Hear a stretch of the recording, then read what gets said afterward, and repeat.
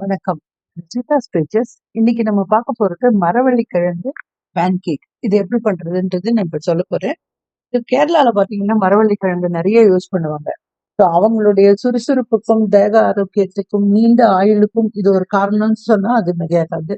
So இதுல நமக்கு எப்படி ஒரு ஸ்நாக் பண்றதுன்றது நான் இப்ப சொல்றேன். இதுக்கு தேவையானது ஒரு மரவள்ளி கிழங்கு கிழங்கு எடுத்துக்கோங்க, கொஞ்சம் சர்க்கரை, நெய், கொஞ்சம் ஏலக்காய் தூள், இவ்வளவுதான் தேவையானது. முதல்ல வந்து தோலை எடுத்துட்டு துருவி எடுத்துட்டு வரணும்.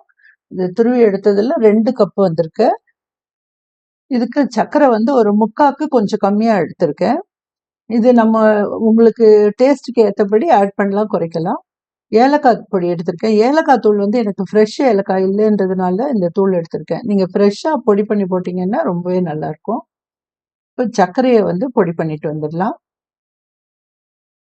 இப்போ இந்த துருவனது கூட பொடி பண்ண சர்க்கரையை ஆட் பண்ணலாம். நான் ஃபுல்லா ஆட் பண்ணல, கொஞ்சம் வச்சிருக்கேன்.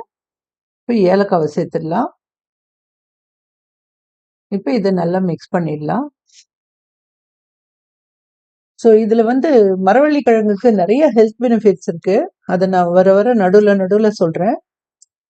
இதை மிக்ஸ் பண்ணி பாருங்க. கொஞ்சம் சர்க்கரை குறைவுன்னு தோணுச்சுன்னா நம்ம ஆட் பண்ணிக்கலாம். இன்னும் கொஞ்சம் சேர்த்துடலாம். ஸோ இதை கலந்துடலாம். கொஞ்சம் தான் பாக்கி வச்சிருக்கேன், ஃபுல்லா ஆட் பண்ணிட்டேன். இப்போ இதை நல்லா கலந்துட்டு இதை நல்லா பாலா நம்ம ஆக்கிட்டு அதை நம்ம தட்டி எடுக்கணும். பேன் கேக் மாதிரி தட்டி எடுக்கணும். ஒரு தட்டில் எடுத்து வச்சிடலாம். இதெல்லாம் ரவுண்டா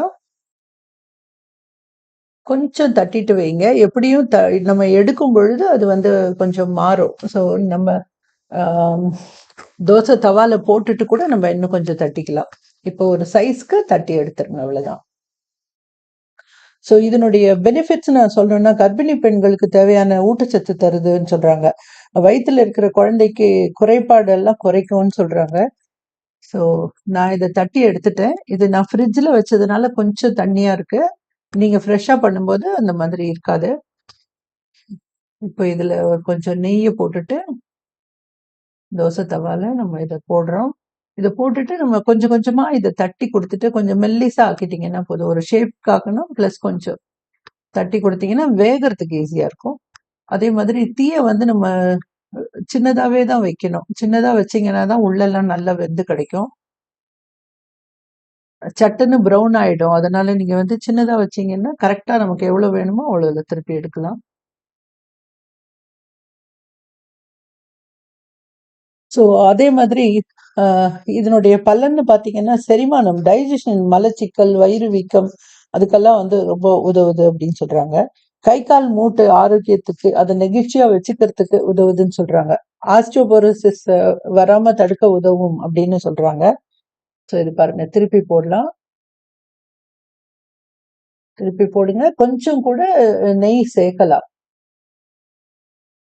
இது எண்ணெய் சேர்க்கறதும் உண்டு. நெய் வேணும்னா நெய் சேர்க்கலாம், இல்லைன்னா எண்ணெய் கூட சேர்க்கலாம்.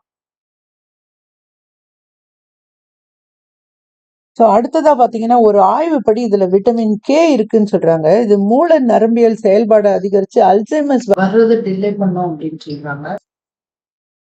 ஸோ பாருங்க, இந்த அளவுக்கு ப்ரௌனா இருக்கு. இது வேணும்னா இதுலயே எடுத்துடலாம் நீங்க.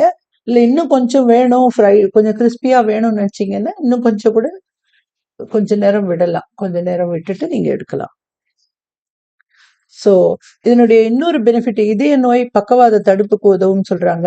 சோடியம் குறைவா இருக்கிறதுனால பிபி உள்ளவங்களுக்கு இது நல்லா பலனளிக்கும் அப்படின்னு சொல்றாங்க. ஸோ இவ்வளோ ஹெல்த் பெனிஃபிட்ஸ் இருக்கு இதுல. ஸோ இதுக்கு வந்து நான் வந்து ஹனியை வந்து ஒரு டிப்ப கொடுத்துருக்கேன். இதை செய்து பாருங்க. இது கட்டாயமா எல்லாருக்கும் பிடிக்கும்னு நினைக்கிறேன். இது உங்களுக்கு பிடிச்சிருந்ததுன்னா இதுக்கு ஒரு லைக் கொடுங்க, மற்றவங்க கூட ஷேர் பண்ணிக்கோங்க. இது வரைக்கும் சப்ஸ்கிரைப் பண்ணாதவங்களா இருந்தீங்கன்னா சப்ஸ்கிரைப் பண்ணுங்க. மீண்டும் வேற ஒரு வீடியோல சந்திக்கிறேன். நன்றி, வணக்கம்.